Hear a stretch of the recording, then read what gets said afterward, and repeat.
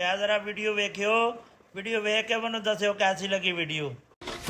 मैं मैथों नहीं दस आपा हुंदा अज तो बाद मैं नहीं गोहा सिटना आ सारियां गवांढणा मैनू टिचरा करदियां ने किसी दे घरे डंगर नहीं हैगे अगलियां गड्डियां ते घुमदियां ने चुप करके मज्जां वेच के मैनू भी गड्डी ले के दे। ओ क्यों तेरे दिमाग 'ਚ फर्क पै गया जे अपना मुंह लाल होवे गवांडियां दा चपेड़ा मार के नहीं लाल करीदा हुंदा नाले कमलियां मज्जां नाल तां अपनी सरदारी है खुला आपां दुੱਧ पीने आ नाले 4-5 किलो डेयरी 'ਚ पा दिंने आ होर दस तैनू की चाहिदा वे किते नहीं आपां खुला दुੱਧ पी के भलवान बनना किलो दुੱਧ डेयरी 'ਚ ले लिया करांगे ओदे नाल अपना वधिया सरजा करना वा चुप करके मज्जां वेच दे जे मैं पेके तोड़ के मुड़ के नहीं आना। चल कोई ना करदा मैं कुछ ना कुछ भगवान ने तेरे कहण ते देख ले मैं मज्जां बेच के गड्डी ले आ गड्डी घैंट है ना। हाँ जी बहुत सोहनी है नाले हुण मैं जदों आपदे पेके पिंड जाया करूंगी ना उत्थे मेरी पूरी टहर होया करूंगी। प्राहुणा जी मज्जां वेच के गड्डी लिआंदी पार्टी होगी ਤੁਹਾਡੇ ਵੱਲ। ਓਏ ਹਾਂ ਹਾਂ ਪਾਰਟੀ ਹੋਗੀ ਉਹ ਭਗਵਾਨ ਨੇ ਉਹ ਦੇਖ ਤੇਰਾ ਭਰਾ ਤੇ ਤੇਰੀ ਮਾਂ ਆਏ ਨੇ ਭੱਜ ਕੇ ਨਾ ਵਾਸਤੇ ਚਾਹ ਬਣਾ ਕੇ ਲੈ ਕੇ ਆ। ਚਾਹ ਕੀ ਜੀ ਮੈਂ ਆਪਦਾ ਕਾਲਜਾ ਫੂਕ ਕੇ ਬਣਾਵਾਂ ਦੁੱਧ ਤਾਂ ਹੈ ਨਹੀਂਗਾ ਤੁਸੀਂ ਐ ਕਰੋ ਭੱਜ ਕੇ ਡੇਅਰੀ 'ਚ ਜਾ ਕੇ ਦੇਖ ਲਓ ਦੁੱਧ ਫੜ ਲਿਆਓ। ਓਏ ਦੁਪਹਿਰ ਵੇਲੇ ਹੁਣ ਤੇਰੇ ਪਿਓ ਵਾਲੀ ਡੈਰੀ ਖੁੱਲੀ ਆ ਜਿਹੜਾ ਦੁੱਧ ਮਿਲ ਜੂਗਾ ਦੁੱਧ ਹੁਣ ਸ਼ਾਮ ਨੂੰ ਮਿਲੂ। ਹੁਣ ਫਿਰ ਕੀ ਕਰੀਏ ਜੀ ਹੁਣ ਫਿਰ ਐ ਕਰਦੇ ਆ